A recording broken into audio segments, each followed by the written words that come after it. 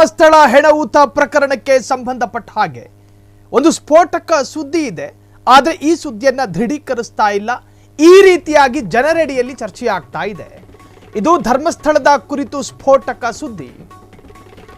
Dharmasthala files ಹೋರಾಟಕ್ಕೆ ಸಂಬಂಧಿಸಿದ ಅತಿ ದೊಡ್ಡ ಸುದ್ದಿ. ಧರ್ಮಸ್ಥಳ ಫೈಲ್ಸ್ ಹೋರಾಟದ ಸುಳಿವು ಸರ್ಕಾರಕ್ಕೆ ಮೊದಲೇ ಸಿಕ್ಕಿತ್ತಾ? ಆ ಒಂದು ರಹಸ್ಯ ಭೇದಿಸಿತ್ತಾ ಸಿದ್ದು ಸರ್ಕಾರದ ಇಂಟೆಲಿಜೆನ್ಸ್? ನಿಮ್ಮ ಫ್ರೀಡಂ ಟಿವಿಯಲ್ಲಿ ಅನಾವರಣ ಮಾಡ್ತಾ ಇದೆ ಈ ಸತ್ಯ. ಇದು ಧರ್ಮಸ್ಥಳದ ಕುರಿತು ಸ್ಫೋಟಕ ಸುದ್ದಿ. ಹೀಗಂತ ಜನರೆಡೆಯಲ್ಲಿ ಚರ್ಚೆ ಆಗ್ತಾ ಇದೆ. ನಿಜಕ್ಕೂ ಈ ತರಹದ್ದಾಗಿತ್ತಾ ಅನ್ನೋದು ಬಹಳಷ್ಟು ಚರ್ಚೆಗೆ ಕಾರಣ ಆಗಿದೆ. ಆ ಒಂದು ರಹಸ್ಯ ಭೇದಿಸ್ತಾ ಸಿದ್ದು ಸರ್ಕಾರದ ಗುಪ್ತಚರ ಇಲಾಖೆ. ಸೊ ಹಾಗಾದ್ರೆ ಏನದು?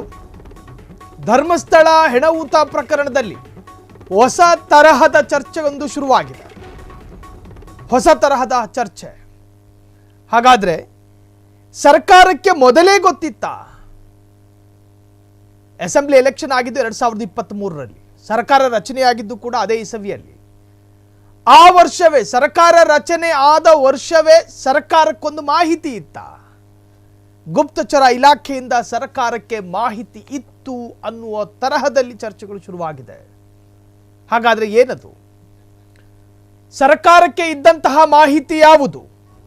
ಸರ್ಕಾರಕ್ಕೆ ಬಲ್ಲ ಮೂಲಗಳ ಗುಮಾನಿ ಇತ್ತ? ಧರ್ಮಸ್ಥಳ ಫೈಲ್ಸ್ ಹೋರಾಟ ರಾತ್ರೋರಾತ್ರಿ ಶುರುವಾಗಿದ್ದ? ನೋ, ಇದು ಒಂದೆರಡು ದಿನದಲ್ಲಿ ರೂಪಿತಗೊಂಡ ಹೋರಾಟವಲ್ಲ. ಒಂದಾದ ಮೇಲೆ ಒಂದು ದೂರು ರಾತ್ರೋರಾತ್ರಿ ಹುಟ್ಟಿಕೊಂಡಿದ್ದಲ್ಲ. 2023ರಲ್ಲೇ ಸರ್ಕಾರಕ್ಕೊಂದು ಸುಳಿವು ಸಿಕ್ಕಿತ್ತು ಅನ್ನೋ ತರಹದ ಚರ್ಚೆ. ಸೌಜನ್ಯ ಹೋರಾಟದ ಮುಂದುವರೆದ ಭಾಗವಾಗಿ ಧರ್ಮಸ್ಥಳ ಫೈಲ್ಸ್ 2023ರಲ್ಲೇ 4.5 ಪುಟ ವರದಿ ನೀಡಿದ್ದ ಗುಪ್ತಚರ ಇಲಾಖೆ. 4.5 ಪುಟ. ಕಳೆದ 2 ವರ್ಷದಿಂದ ಚಿನ್ನಯ್ಯ ಮತ್ತು ಇತರರಿಂದ ಹೋರಾಟಕ್ಕೆ ಪ್ಲಾನ್. ಈ ಸ್ಫೋಟಕ ಸತ್ಯ ಈಗ SIT ತನಿಖೆಯಲ್ಲೂ ಬಹಿರಂಗ. ಸೊ ಈ ಹೋರಾಟ ಒಂದು ಸುಪ್ರಭಾತದಲ್ಲೋ ಅಥವಾ ರಾತ್ರೋರಾತ್ರಿ ಶುರುವಾಗಿದ್ದಲ್ಲ.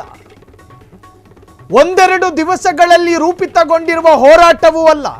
ನಾವು ಹೇಳ್ತಾ ಇರೋದು SIT ಮುಖೇನ ಬಹಿರಂಗಗೊಂಡಿರ್ತಕ್ಕಂತಹ ವಿಚಾರ. 2023ರಲ್ಲೇ ಸರ್ಕಾರಕ್ಕೆ ಇದ್ರ ಬಗ್ಗೆ ಮಾಹಿತಿ ಇತ್ತು.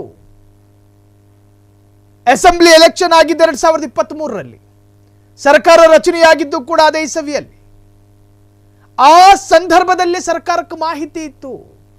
ಈ ರಾಜ್ಯದಲ್ಲೊಂದು ಹೋರಾಟ ಆಗುತ್ತೆ, ಆ ಹೋರಾಟ ಅತಿ ದೊಡ್ಡ ವಿಪ್ಲವವನ್ನು ಸೃಷ್ಟಿ ಮಾಡುತ್ತೆ, ಸೆನ್ಸೇಷನಲ್ ನ್ಯೂಸ್ ಆಗಿ ಮಾರ್ಪಡುತ್ತೆ. ಅತ್ಯಂತ ವ್ಯವಸ್ಥಿತವಾಗಿ ಒಂದು ವರ್ಗ ಇದಕ್ಕೆ ಸಿದ್ಧತೆಯನ್ನ ಮಾಡಿಕೊಳ್ತಾ ಇದೆ. ನೋಡಿ, ಇದನ್ನು ದೃಢೀಕರಿಸ್ತಾ ಇಲ್ಲ ನಾವು. SIT ಅಧಿಕಾರಿಗಳ ಅತ್ಯಂತ ಅಧಿಕೃತವಾದಂತಹ ಹೇಳಿಕೆ ಅಂತಾನು ಹೇಳ್ತಾ ಇಲ್ಲ. ಈ ಜನರೆಡೆಯಲ್ಲಿ, ಸೊಸೈಟಿಯಲ್ಲಿ ಹೆಣಊತ ಪ್ರಕರಣ ಸಂಚಲನ ಮೂಡಿಸ್ತಾ ಇದೆ. ಈ ಸಂದರ್ಭದಲ್ಲಿ ಈ ತರಹದಲ್ಲೂ ಕೂಡ ಚರ್ಚೆಗಳಾಗ್ತಾ ಇದೆ. ಇದಕ್ಕೊಂದು ಕ್ಲಾರಿಟಿ ಅಫಿಷಿಯಲ್ ಆಗಿ SIT ಕೊಡಬೇಕು. ನಿಜಕ್ಕೂ ಹಿಂಗಾಗಿತ್ತಾ? ರಾತ್ರೋರಾತ್ರಿ ಶುರುವಾಗಿದ್ದಲ್ಲ. ಒಂದಷ್ಟು ದಿವಸಗಳ ಹಿಂದೆ ಇದಕ್ಕೆಲ್ಲವೂ ಕೂಡ ಅತ್ಯಂತ ವ್ಯವಸ್ಥಿತ ಪ್ಲಾನ್ ಆಗಿತ್ತು. ಒಬ್ಬರಾದ ಮೇಲೆ ದೂರು ಕೊಡಬೇಕು, ಇದು ಹಿಂಗೆ ಮೂವ್ ಆಗಬೇಕು, ಇದು ಹಿಂಗೆ ಚರ್ಚೆಗೆ ಬರಬೇಕು, ಇದು ಹಿಂಗಾಗಬೇಕು ಅಂತ ಹೇಳಿ ವ್ಯವಸ್ಥಿತವಾಗಿ ಮಾಡಿಕೊಂಡಿದ್ರು ಅನ್ನೋ ಒಂದು ವಿಚಾರ ನಿಜಕ್ಕೂ ನಿಜವಾದ ಸುದ್ದಿನ? ಹಾಗಾದ್ರೆ ಆಗಿದ್ದೇನು? ಸರ್ಕಾರಕ್ಕೆ ಇದ್ರ ಬಗ್ಗೆ ಮಾಹಿತಿ ಇತ್ತು ಎಂದಾದರೆ ಸರ್ಕಾರ ಆಗಲೇ ಯಾಕಿದನ್ನು ಅನೌನ್ಸ್ ಮಾಡಲಿಲ್ಲ? ಸರ್ಕಾರ ಸತ್ಯವನ್ನ ಮುಚ್ಚಿಡುವಂತ ಪ್ರಯತ್ನ ಮಾಡ್ತಾ 2023ರಲ್ಲೇ 4.5 ಪುಟದ ವರದಿಯನ್ನು ನೀಡಿತಂತೆ ಗುಪ್ತಚರ ಇಲಾಖೆ. ಕಳೆದ 2 ವರ್ಷದಿಂದ ಚಿನ್ನಯ್ಯ ಮತ್ತು ಇತರರಿಂದ ಹೋರಾಟಕ್ಕೆ ಪ್ಲಾನ್. ಆ ಸ್ಫೋಟಕ ಸತ್ಯ SIT ತನಿಖೆಯಲ್ಲೂ ಬಹಿರಂಗ. ಹಾಗಾದರೆ ನಿಜಕ್ಕೂ ಈ ತರಹದ್ದೊಂದು ವ್ಯವಸ್ಥಿತ ಷಡ್ಯಂತ್ರಗಳು ಸರ್ಕಾರಕ್ಕೂ ಗೊತ್ತಿದ್ದು ಸರ್ಕಾರ ಅದನ್ನು ಮುಚ್ಚಿಡ್ತಾ? ಈ ಅರ್ಥದಲ್ಲೂ ಕೂಡ ಪ್ರಶ್ನೆ ಉದ್ಭವಗೊಂಡಿದೆ. ಕ್ಷಣ ಕ್ಷಣದ ಸುದ್ದಿಗಳಿಗಾಗಿ ಫ್ರೀಡಂ ಟಿವಿ ಸಬ್ಸ್ಕ್ರೈಬ್ ಮಾಡಿ, ಲೈಕ್ ಮಾಡಿ ಹಾಗೂ ಫಾಲೋ ಮಾಡಿ. ಹೊಸ ಸುದ್ದಿಗಳ ನೋಟಿಫಿಕೇಶನ್ಗಾಗಿ ಬೆಲ್ ಐಕಾನ್ ಮೇಲೆ ಕ್ಲಿಕ್ ಮಾಡಿ.